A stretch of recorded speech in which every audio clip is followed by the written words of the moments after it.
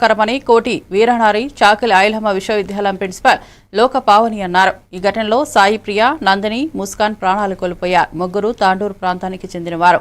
చదువులో ప్రతిభ కనబర్చిన ఈ ముగ్గురు విద్యార్థుల మృతి విశ్వవిద్యాలయాన్ని విషాదంలో ముంచేసిందని ప్రిన్సిపల్ తెలిపారు. విద్యాలయానికి చెందిన ముగ్గురు విద్యార్థినులు మరణించినారని చెప్పడానికి చింతిస్తున్నాను. మొదటి అమ్మాయి ఈ Sai Priya, 3rd year BSc MSDS. వాళ్ళ ఓన్ సిస్టర్ ఈ Nandini first year BCom student మా దగ్గర చదువుతున్నారు. వీళ్ళు మరణించారు. తర్వాత Muskan BSc MPCIS 3rd year, ఈ అమ్మాయి కూడా తాండూరు. వీళ్ళు ముగ్గురు కూడా తాండూరు వాసులు. వీళ్ళు మరణించారని చెప్పడానికి చింతిస్తున్నాను. దేవుడు వాళ్ళ ఆత్మకు శాంతి కలగాలని, వాళ్ళ కుటుంబ సభ్యులకు శక్తి ప్రసాదించాలని కోరుకుంటున్నాను. అండ్ ముస్కాన్ వీళ్ళు హాస్టల్ స్టూడెంట్స్. ఈ నందిని డే స్కాలర్.